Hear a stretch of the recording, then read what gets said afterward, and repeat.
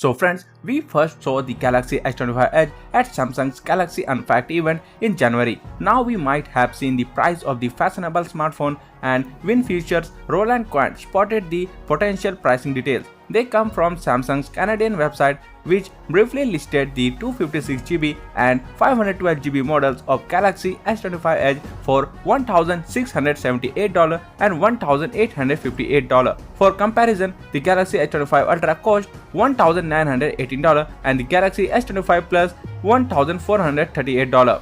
Assuming the price differential are reflected in other markets, we can expect the Galaxy S25 Edge to go on sale in the US between $1,100 and $1,200. The South Korean company has already tested the Galaxy S25 Edge during January's Galaxy Unpacked event. The S25 Edge was briefly shown to the audience and was visible in display stand with a "look but don't touch" aura around it. That was not only to let interested consumers choose to go for a regular S25 model or wait for the thinner profile model to arrive, but it also allowed Samsung to take a leading role in the thin smartphone field.